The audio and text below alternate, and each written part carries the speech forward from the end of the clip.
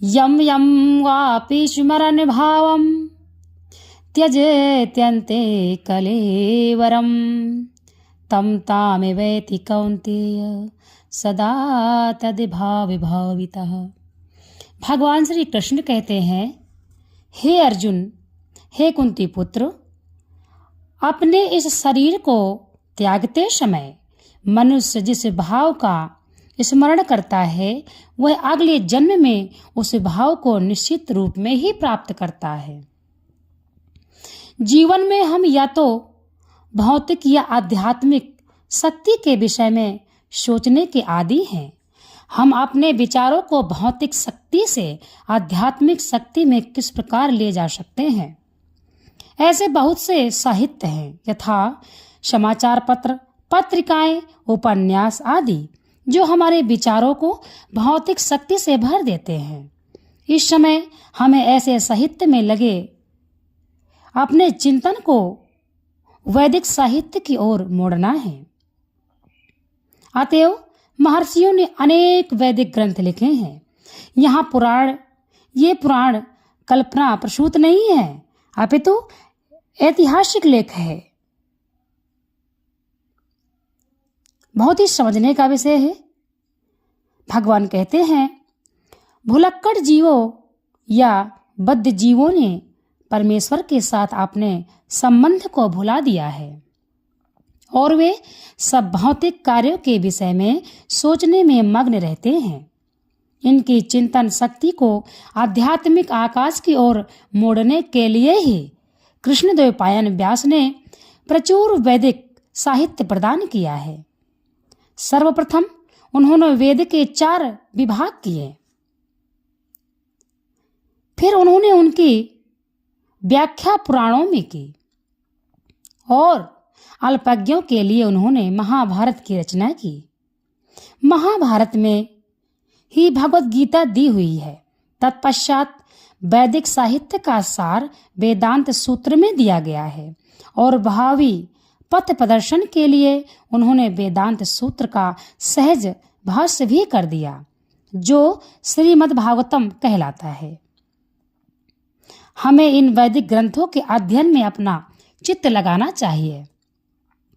शास्त्रों से हमें ज्ञान प्राप्त होता है। हमें कैसे कर्म करना चाहिए, हमारा धर्म क्या है, यह हमारे शास्त्र ही हमें सिखाते हैं। जिस प्रकार भौतिकवादी लोग नाना प्रकार के समाचार पत्र पत्रिकाएं जिस प्रकार से भौतिकवादी लोग नाना प्रकार के समाचार पत्र पत्रिकाएं तथा अन्य संसारी साहित्य पढ़ने में ध्यान लगाते हैं, उसी तरह हमें भी व्यासदेव द्वारा प्रदत्त साहित्य के अध्ययन में ध्यान लगाना चाहिए। इसी प्रकार हम मृत्यु के समय परमेश्वर का स्मरण कर सकेंगे। भगवान द्वारा सुझाया गया यही एकमात्र उपाय है और वे इसके फल का विश्वास दिलाते हैं। हमें कोई संदेह नहीं है। इसलिए हे अर्जुन, तुम कृष्ण के रूप में मेरा सदैव चिंतन करो और साथ ही अपने युद्ध कर्म को करते रहो। अपने कर्मों को मुझे अर्पित करके तथा अपने मन एवं बुद्धि को मुझ पर स्थिर करके तुम मुझे निश्चित रूप से प्राप्त करोगे। हे अर्जुन, वे भगवान कहते हैं, वे अर्जुन से उसके कर्म को त्याग कर केवल अपना स्मरण करने के लिए नहीं कहते। भगवान कभी भी कोई व्यावहारिक बात का परामर्श नहीं देते हैं। इस जगत में शरीर के पालन हेतु मनुष्य को कर्म करना होता है। कर्म के अनुसार मानव समाज 4 वर्णों में विभाजित है: ब्राह्मण, क्षत्रिय, वैश्य तथा शूद्र। ब्राह्मण अथवा बुद्धिमान वर्ग एक प्रकार से कार्य करता है। क्षत्रिय का प्रशासक वर्ग दूसरी तरह से कार्य करता है। इसी प्रकार वणिक वर्ग तथा श्रमिक वर्ग भी अपने अपने कर्तव्यों का पालन करते हैं। मानव समाज में चाहे कोई श्रमिक हो, वाणिक हो या प्रशासक हो, या कि किसान हो या फिर चाहे वह सर्वोच्च वर्ण का तथा साहित्यिक हो, वैज्ञानिक हो या धर्म शास्त्रज्ञ हो, उसे अपने जीवन यापन के लिए कार्य करना होता है। अतएव भगवान अर्जुन से कहते हैं कि उसे अपनी वृत्ति का त्याग नहीं करना है, अपितु वृत्ति में लगे रहकर कृष्ण का स्मरण करना चाहिए। यदि वह जीवन संघर्ष करते हुए कृष्ण को स्मरण करने का अभ्यास नहीं करता तो वह मृत्यु के समय कृष्ण का स्मरण नहीं कर सकेगा। भगवान चैतन्य भी यही उपदेश देते हैं। उनका कथन है, कीर्तनीय सदा हरि। मनुष्य को चाहिए कि वह भगवान के नामों का सदैव उच्चारण करने का अभ्यास करे। भगवान का नाम तथा भगवान अभिन्न है। उसी प्रकार से अर्जुन को भगवान की शिक्षा की मेरा स्मरण करो तथा चैतन्य का यह आदेश है कि भगवान कृष्ण के नामों का निरंतर कीर्तन करो। एक ही है, इनमें कोई अंतर नहीं है, क्योंकि कृष्ण तथा कृष्ण के नाम में कोई अंतर नहीं। चरम दशा के नाम तथा नामी में कोई अंतर नहीं होता।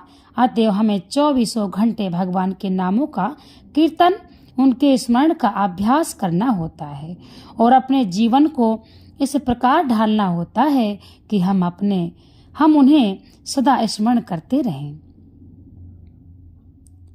इस प्रकार संभव है। यदि कोई विवाहिता स्त्री पर पुरुष में आसक्त होती है या कोई पुरुष अपनी स्त्री को छोड़कर किसी पराई स्त्री में लिप्त होता है तो यह आसक्ति अत्यंत प्रबल होती है। ऐसी आसक्ति वाला अपने प्रेमी के विषय में निरंतर सोचता रहता है। जो स्त्री अपने प्रेमी के विषय में सोचती रहती है वह अपने घरेलू कार्य करते समय भी उसी से मिलने के विषय में सोचती रहती है।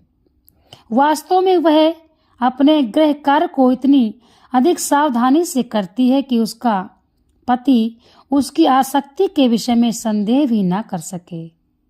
इसी प्रकार हमें परम प्रेमी श्री कृष्ण को सदैव स्मरण करना चाहिए और साथ ही अपने कर्तव्यों को सुचारू रूप से करते रहना चाहिए। इसके लिए प्रेम की प्रगाढ़ भावना चाहिए। यदि हमें परमेश्वर के लिए प्रगाढ़ प्रेम हो तो हम अपना कर्म करते हुए उनका स्मरण कर सकते हैं, लेकिन हमें प्रेम भाव उत्पन्न करना होगा। उदाहरणार्थ, अर्जुन सदैव कृष्ण का चिंतन करता है। वह कृष्ण का नित्य संगी था और साथ ही योद्धा भी। कृष्ण ने उसे युद्ध करना छोड़कर जंगल जाकर ध्यान करने की कभी सलाह नहीं दी। जब कृष्ण भगवान अर्जुन को योग पद्धति बताते हैं तो अर्जुन कहता है कि इस पद्धति का अभ्यास करना उसके लिए संभव नहीं।